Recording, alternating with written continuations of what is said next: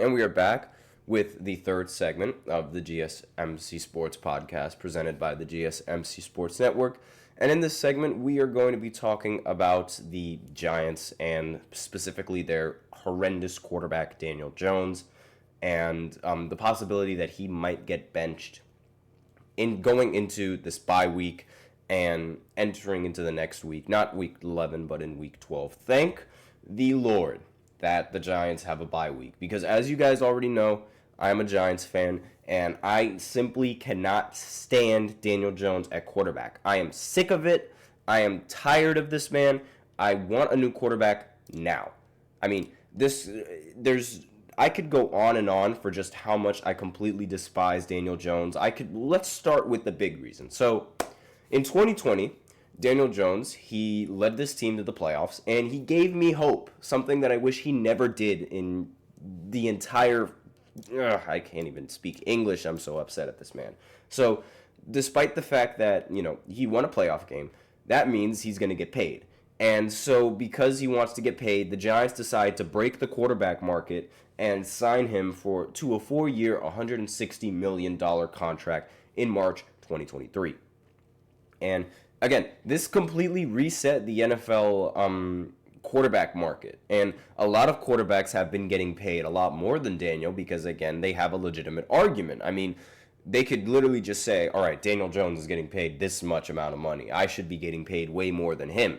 And most of the time, they're right. Because let's face it, Daniel Jones stinks, and he is not an NFL caliber quarterback. There has been no point in his entire career where he's looked like a competent enough starter outside of the year 2020, and even then, that now in hindsight, I think that year was a fluke, mainly because Saquon Barkley was still on the team. And again, it's unbelievable just how the tides have turned with Daniel Jones so quickly. It was like he had one good year and then he reverted back to being the Daniel Jones that everybody knows. A turnover-prone quarterback that cannot throw the ball deep, can still fumble the ball, and throws a ton of interceptions. It is awful.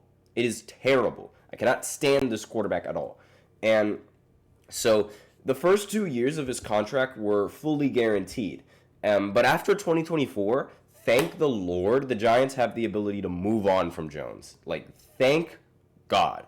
But now, there are several questions with this contract, of course. When do the Giants have to decide on Daniel Jones' 2025 contract? Of course, I hope he never, ever gets another job in the NFL, and I hope we never, ever, ever have to see Daniel Jones play a single snap, at least in a Giants uniform. I don't mind him seeing on any other team, most likely because he's not going to play for any other team. He's just that bad. So the next deadline for the Giants is going to be the 5th day of the 2025 NFL League year in March, when $12 million of Daniel Jones' 2025 salary fully guarantees. If they cut him, they won't owe him another cent. So I really, really hope that he gets cut, and I pray that the Giants end up using their high draft pick to get a quarterback. I hope that is the case. I want it to be the case. It has to happen. If they decide to draft, I don't know, maybe Travis Hunter, I don't think that's going to happen. But if they do decide to draft Travis Hunter, I would not be necessarily mad at that. But Daniel Jones has got to go. And they really should cut him, because they should not be paying a quarterback all that much money to put up all of these horrendous stat lines. In fact, let's go ahead and look at Daniel Jones' stats, why don't we? In 2024, Daniel Jones is 23rd in completion percentage. It should also be noted that I watch every single Giants game. And in every single Giants game that I've watched, he's only completed 3 passes farther than 20 yards. 3. We are on week 10, and he still cannot throw the ball more than 20 yards. That is pitiful. I cannot stand that. And people still give him the benefit of the doubt because of this, that, and the other, but no.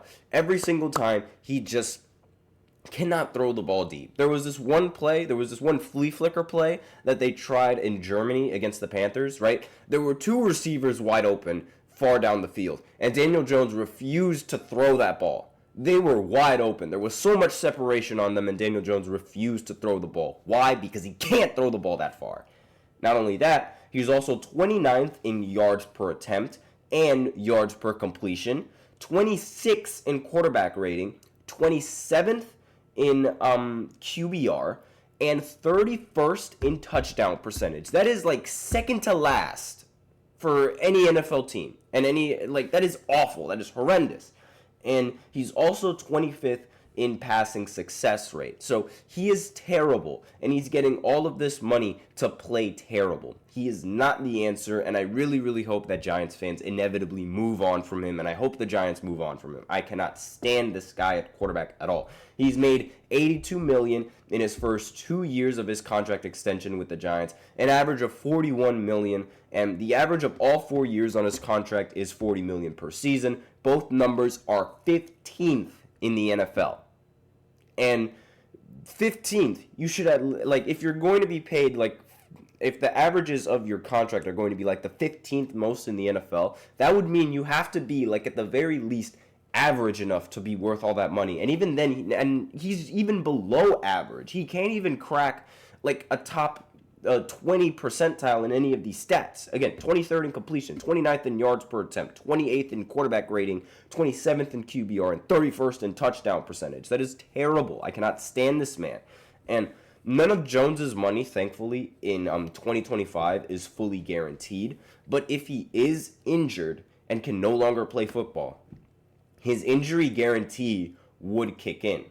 So, according to Over the Cap, $23 million of Jones's $30 million guaranteed is going to go to if he's injured. So really the reason why the Giants might end up benching Daniel Jones is because they don't want to have him paying they don't want to be paying Daniel Jones all of that money in case he does get injured. So that's really the scare for the Giants. So it doesn't really seem like the Giants really want to keep him on the roster going into next season. Thank the Lord. I hope that's the case.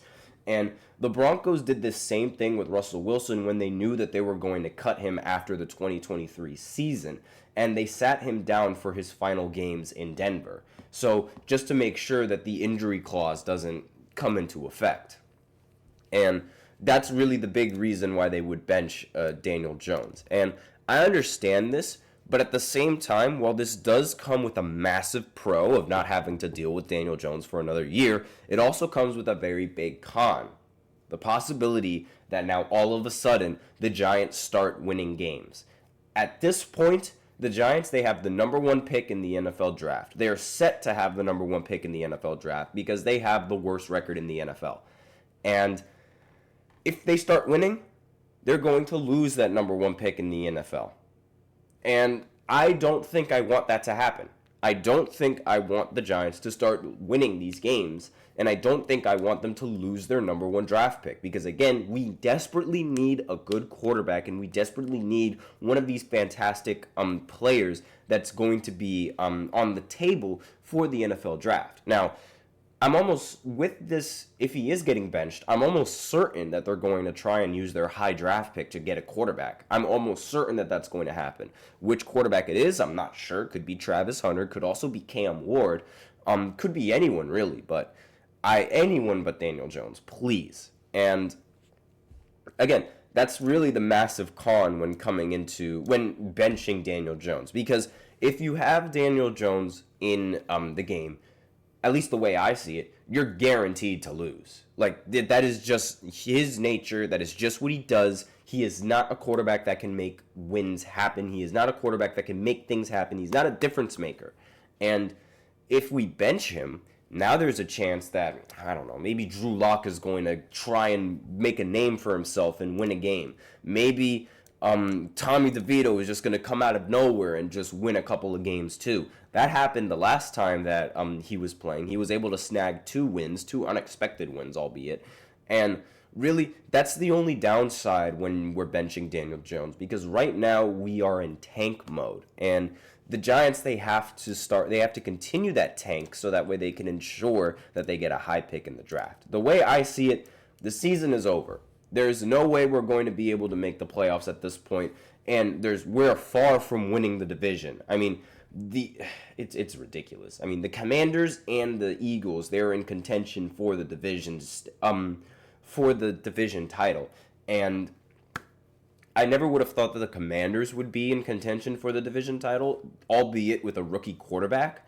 But this is like, I don't see anything good happening like with the Giants at all. The way that the standings look now, it seems like the NFC North might have the best chances of taking the wild card games.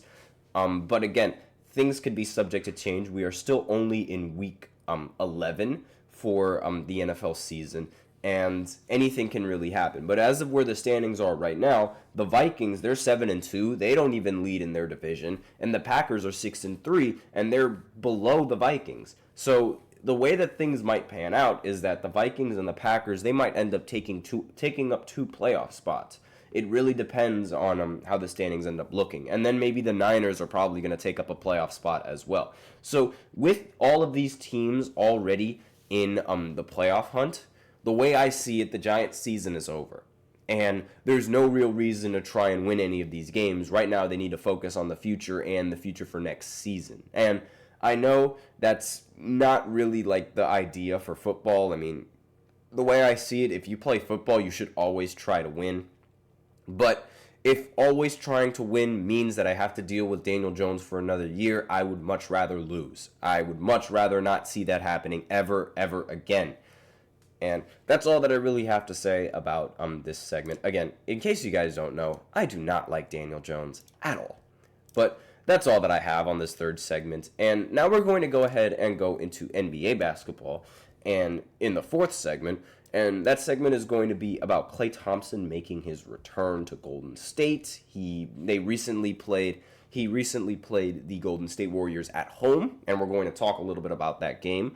And then we're also going to talk about Joel Embiid making a return to the 76ers and the results of that game as well against the Knicks. So I'll be right back after this short break. Be sure to stay tuned.